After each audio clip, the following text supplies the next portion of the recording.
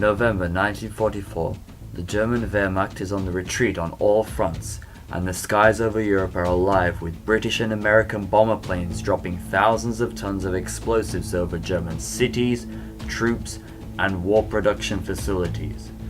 German fighter planes and AA guns retaliate, but there's something else in the sky, something fast, something glowing, and something far more technologically advanced than anything the Allies or Axis powers could produce, something that came to be known as Foo Fighters. American bomber planes of the US 415th Night Fighter Squadron were flying over the Rhine Valley of Nazi Germany for a nighttime bombing raid when its crew noticed that strange, metallic, glowing balls of light were following their planes in formation. They traveled at great speeds, made erratic turns, dropped and descended vertically, and most importantly, were reported to act as though they were controlled by an intelligent life form. Reports of such lights had been made before, but this instance was perhaps the first officially documented case of the war, with many other cases being reported after this. Rather than believing that these were visitors from another planet or a natural phenomenon, American and British military officials feared that they were a new, unidentified weapon system developed by the German military, which also earned them the name crowd fireballs. Theories that they were a form of sky mine or a way of observing and tracking Allied planes was discussed by officials, but as the Foo Fighters didn't attack, an ultimate conclusion was never decided about their purpose. Attempts to track or shoot them down were futile, as reports came in that, when approached, they would whiz away at impossibly high speeds, or simply vanish into thin air, leaving no trace of damage. Sightings became so common during the later stages of the war that they were even picked up by mainstream American and British newspapers. An official press release on 13th of December 1944 by the Allied Expeditionary Force in Paris described the Foo Fighters as a new German weapon. This theory was refuted, however, when Germany surrendered in 1945, as no evidence in documentation or technology was discovered to suggest the Germans had something to do with them. Once more, both German and Japanese aerial forces gave their own reports of strange lights or metallic craft, thinking that they were Allied weapons. German pilots who were interviewed after the German surrender in 1945 stated that they too saw the lights and believed them to be American and British weapons. While some sightings in the sky could be attributed to weather balloons, barrage balloons, or some rare natural phenomenon, the scale of the sightings from both sides of the conflict and the fact that they followed aircraft in formation strongly implies that they were controlled by something far more advanced than we humans. If they weren't Allied or Axis power secret weapons, what were they? On the night of the 24th of February 1942, thousands of American air raid wardens sounded sirens, turned on searchlights, and readied AA guns after radar stations along the west coast of the United States picked up a number of strange objects in the sky. War nerves were at an all-time high after the devastating attack on Pearl Harbor in December 1941, and the subsequent attacks by Japanese submarines along the coast, such as the bombardment of Elwood, which only just happened one day before.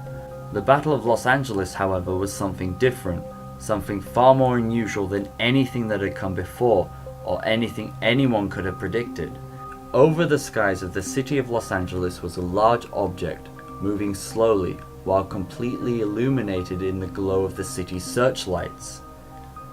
The 37th Coast Artillery Brigade, which was charged with defending the city from Japanese air and sea attacks, began firing 50 caliber machine gun bullets and 12.8 artillery shells at the object from 3:16 AM under the cover of a complete citywide blackout. Over 1,400 shells and countless bullets were fired at the mysterious object, but it was not brought down and seemed to be completely immune to attack. US fighter aircraft, ready to intercept at a moment's notice, were not given the order to engage and instead remained grounded. Eventually, at 7:21 AM on the morning of the 25th of February 1942, the all clear was given and the object was nowhere to be seen in the sky, on the ground, or anywhere else. It was as if it just vanished into thin air. Newspapers were quick to report on the incident, with front-page articles on local and national newspapers alike, plastering the now famous image of the object in the sky. Secretary of the Navy Frank Knox held a press conference almost immediately after the event, chalking the whole thing to war nerves, a false alarm brought about by anxiety due to the recent Japanese submarine attacks along the west coast and the threat of invasion.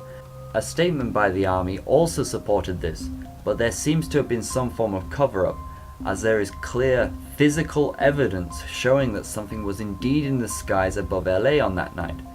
A theory brought forward by past and contemporary officials is that the object or objects were a case of mistaken identity, such as the idea that exploding shells in the sky were mistaken for UFOs or planes, or that it was a stray meteorological weather balloon. As this authentic footage shows, however, there was indeed an object moving in the sky, which rules out the possibility that this was mistaken for exploding shells.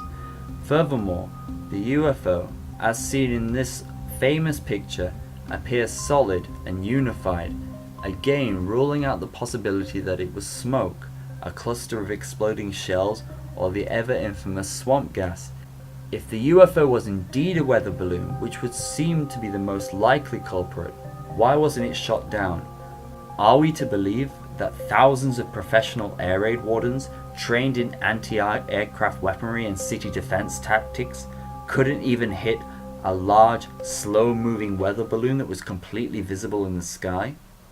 There is conflicting information on this picture, but the Hopei incident refers to this photograph taken in the Hebei province of China in 1942 during the war. A Japanese student found it contained in a photo album left by his father, a war veteran.